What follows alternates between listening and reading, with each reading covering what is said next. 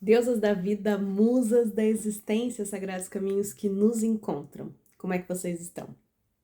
Eu sou a Aline Mello, sou psicoterapeuta, sou doula, terapeuta complementar e tô aqui para que a gente possa falar de transformação, de autoconhecimento, através de textos que eu pedi lá no Instagram e aí me mandaram. E um desses textos, nossa, ele me marcou desde a adolescência. Eu estudava numa escola muito legal. Eu tinha feito um esforço gigante familiar para poder estar nessa escola, então era um sonho estar ali. E a professora de português de literatura começou, no primeiro dia de aula, com Calhamaço, um livro gigante. Era a primeira vez que uma professora trazia no ensino médio, primeiro ano do ensino médio, um livro gigantesco para a gente ler. E eu amei, porque na minha antiga escola eu era uma das únicas leitoras. Então, quando ela já começou a aula desse jeito, eu achei fenomenal. Eu amo leitura, tá? Inclusive, a gente tem alguns vídeos aqui onde nós estamos lendo juntos, né? Um livro da Lua Barros sobre maternidade. Então, se você já foi filho, que eu imagino que você tenha vindo de um corpo humano, vai te interessar bastante ler junto conosco o livro da Lua Barros. Procura aqui na playlist e já temos aí alguns episódios. Você vai refletir bastante sobre o ambiente familiar de onde você veio, como é que você foi educado. E se você tiver interesse de ter filhos em algum momento, ou já tiver filhos, também, além de se avaliar, de se perceber, de se entender, também vai levar essa compreensão aí para os cuidados que você tem com seus filhos, tá? Bom, e aí lá no Instagram eu pedi, né, para que pudessem me enviar textos interessantes e me enviaram vários, adorei. Inclusive, se você tiver algum também bacana, manda que eu quero ler aqui para vocês. Então, hoje nós vamos ler um livro, quer dizer, um texto que pode nos convidar a outros livros desse mesmo autor, do maravilhoso Rubem Alves. E trouxe aqui, vou ler um trechinho sobre ele. Nascido em 1933, se despediu de nós em 2014, foi um intelectual brasileiro multifacetado, conhecido como pedagogo, escritor, teólogo, filósofo, psicanalista. Ele é considerado um dos principais educadores do Brasil, defendendo uma escola que valorize a curiosidade e o pensamento crítico. Em vez de educação tradicional, seus escritos poéticos e sensíveis abordavam temas como amor, infância e a vida, e ele deixou um vasto legado literário. Você vai ver como ele é apaixonante, como ele é cuidadoso e afetivo nas palavras. Eu sempre gostei muito disso nele. Bom, ele atua na área da educação, da teologia e da filosofia, da escrita e da psicanálise e deixou mais de 146 obras para nós desfrutarmos.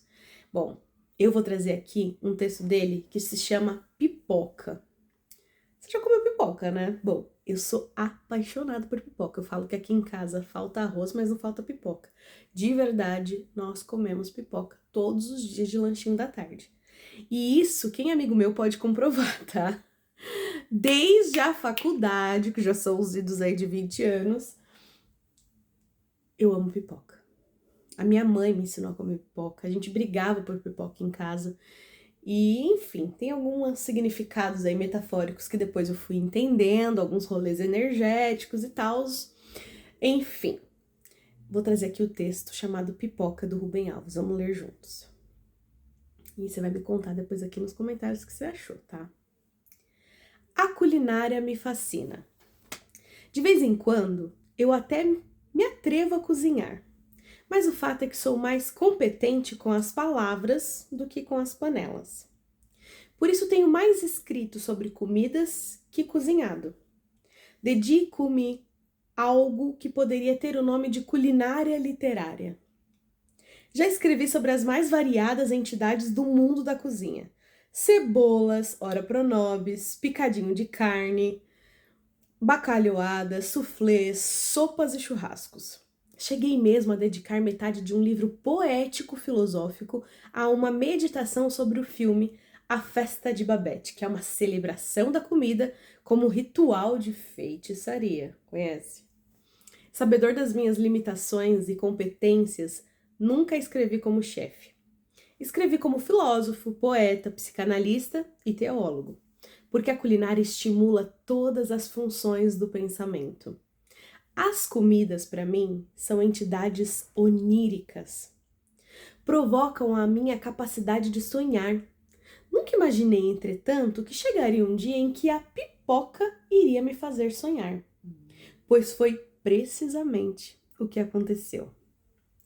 A pipoca, milho mirrado, grãos redondos e duros, me pareceu uma simples molecagem, brincadeira deliciosa, sem dimensões metafísicas ou psicanalíticas. Entretanto, dias atrás, conversando com um paciente, ele mencionou a pipoca. E algo inesperado na minha mente aconteceu. Minhas ideias começaram a estourar como pipoca. Percebi então a relação metafórica entre a pipoca e o ato de pensar. Um bom pensamento nasce como uma pipoca que estoura de forma inesperada e imprevisível. A pipoca se revelou a mim, então, como um extraordinário objeto poético. Por que poético? Ao pensar nelas, as pipocas, meu pensamento se pôs a dar estouros e pulos, como aqueles da pipoca dentro de uma panela. Lembrei-me do sentido religioso da pipoca. A pipoca tem sentido religioso? Pois tem. Para os cristãos religiosos, são o pão e o vinho, que simbolizam o corpo e o sangue de Cristo. A mistura da vida e alegria, porque vida é só vida, sem alegria não é vida. Pão e vinho devem ser bebidos juntos, vida e alegria devem existir juntas.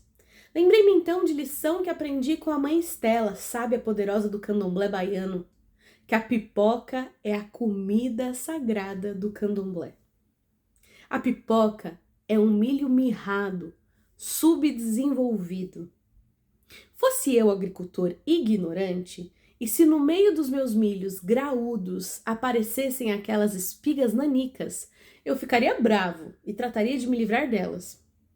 Pois o fato é que, sob o ponto de vista de tamanho, os milhos de pipoca não podem competir com os milhos normais.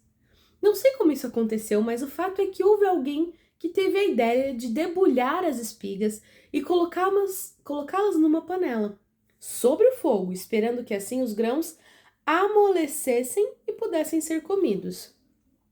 Havendo fracassado a experiência com a água, tentou a gordura. O que aconteceu, ninguém jamais poderia ter imaginado. Repentinamente os grãos começaram a estourar, saltavam da panela como uma enorme barulheira. Mas o extraordinário era o que aconteceria com eles. Os grãos duros, quebra-dentes, se transformavam em flores brancas e macias que até as crianças podiam comer. O estouro das pipocas se transformou então de uma simples operação culinária em uma festa, brincadeira, molecagem para os risos de todos, e especialmente a das crianças. É muito divertido ver o estouro das pipocas. E o que é que isso tem a ver com candomblé? É que a transformação do milho duro em pipoca macia é símbolo da grande transformação para o que devem passar homens para que eles venham a ser o que devem ser.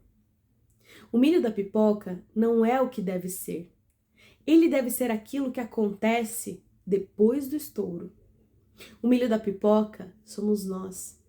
Duro, quebra-dentes, impróprios para comer, pelo poder do fogo, podemos repentinamente nos transformar em outra coisa, voltar a ser crianças. Mas a transformação só acontece pelo poder do fogo.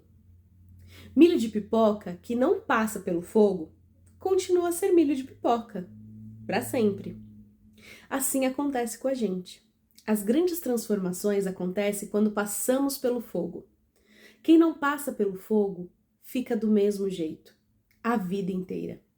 São pessoas de uma mesmice e dureza assombrosas. Só que elas não percebem, acham que o seu jeito de ser é o melhor jeito de ser. Mas de repente vem o fogo. O fogo é quando a vida nos lança numa situação que nunca imaginamos. Pode ser fogo de dentro, pode ser fogo de fora. Dor de dentro, perder um amor, perder um filho. Dor de fora, pânico, medo, ansiedade, depressão, é o oposto. Sofrimentos cujas causas ignoramos. Há sempre o recuso e o recurso aos médicos e aos remédios. Apagar o fogo. Imagine, né? Recorrer aos médicos e aos remédios para apagar esses fogos. Sem o fogo, o sofrimento diminui. E com isso, a possibilidade de grande transformação. Imagine que a pobre pipoca, fechada dentro da panela, lá dentro, ficando cada vez mais quente, pense que sua hora chegou. Ela pensa que vai morrer. De dentro da sua casca dura, fechada em si mesma, ela não pode imaginar destino diferente. Não pode imaginar a transformação que está sendo preparada. A pipoca não imagina daquilo que é capaz. Aí, sem aviso prévio, pelo poder do fogo, a grande transformação acontece. E ela parece uma outra coisa, completamente diferente, que ela mesma nunca havia sonhado. É a lagarta rastejante e feia que surge do casulo como borboleta voante. Na simbologia cristã, o milagre do milho de pipoca está representado pela morte e ressurreição de Cristo. A ressurreição é o estouro do milho de pipoca. É preciso deixar de ser de um jeito para ser de outro. Morre e te transforma, dizia Goethe. Em Minas, todo mundo sabe o que é piruá. Falando sobre os piruás, com os paulistas, descobri que eles ignoram o que seja. Alguns, inclusive, acharam que era gozação minha, que piruá é palavra inexistente.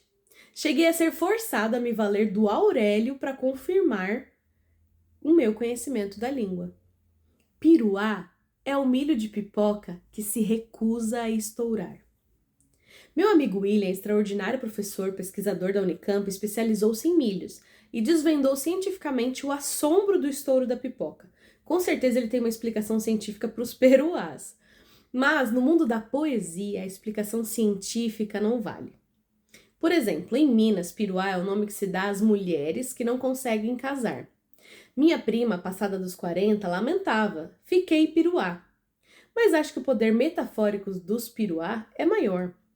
Piruá são aquelas pessoas que, por mais que o fogo esquente, se recusam a mudar. Elas acham que não pode existir coisa mais maravilhosa do que o jeito delas serem. Ignoram o dito de Jesus: quem preservar a sua vida, perdê-la-á. A sua presunção e o seu medo são a dura casca do milho que não estoura. O destino delas é triste. Vão ficar duras a vida inteira. Não vão se transformar na flor branca, macia. Não vão dar alegria para ninguém. Terminado o estouro alegre da pipoca, no fundo da panela ficam os peruás, que não servem para nada. Seu destino é o lixo. Quanto às pipocas que estouram, são adultos que voltam a ser crianças e que sabem que a vida é uma grande brincadeira. Nunca imaginei que chegaria um dia em que a pipoca iria me fazer sonhar, pois foi precisamente isso que aconteceu. Muito legal, não é? Tirando ali a parte, né, que fala das mulheres que não se casam, que hoje a gente, né, atualizando o autor e a sua obra, com certeza ele faria uma mudança, porque tem muita vida, muita alegria, muito prazer de viver, mas a sua época, né, nós éramos colocados nesse lugar, né, de que se não casasse, não tivesse filhos, não cumprisse lá o script, não podíamos ser felizes. Hoje nós já temos outras independências, outras informações, outros saberes. Mas não é um texto bom? Yeah! Não sejamos piruá, né? Não sejamos piruá, casca dura que não se transforma. Então, todas as vezes que algo muito intenso, algum fogo de vida muito intenso está nos tirando a paz, né? Nos esmagando, nos aquecendo, saibamos que vai nos transformar com certeza em algo ainda melhor e mais bonito. Espero que vocês tenham gostado, me diga aqui nos comentários. Se curtiram, envie para as amigas. Te espero no próximo vídeo. Até lá!